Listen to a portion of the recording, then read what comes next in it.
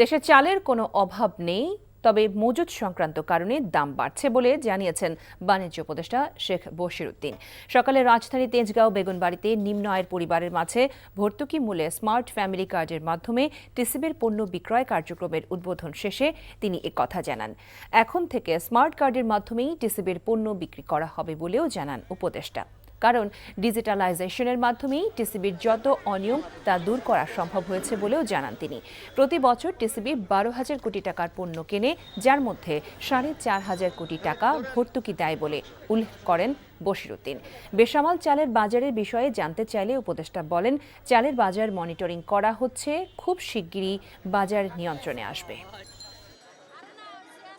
যারা মজুত করছেন তারা ভোক্তাদের কষ্টে হয়তোবা সাময়িক মুনাফা করছেন। আমি আশা করি যে, কারণ আমাদের তথ্য উপাত্ত অনুযায়ী বাজারে চালের কোনো ঘাটতি নেই, সরকারের নিজস্ব যে মজুত সেখানেও ঘাটতি নেই, স্থানীয় উৎপাদনেও তেমন ঘাটতি নেই, কারণ আমরা আমনের ভরা মৌসুম পার করছি এই মুহূর্তে।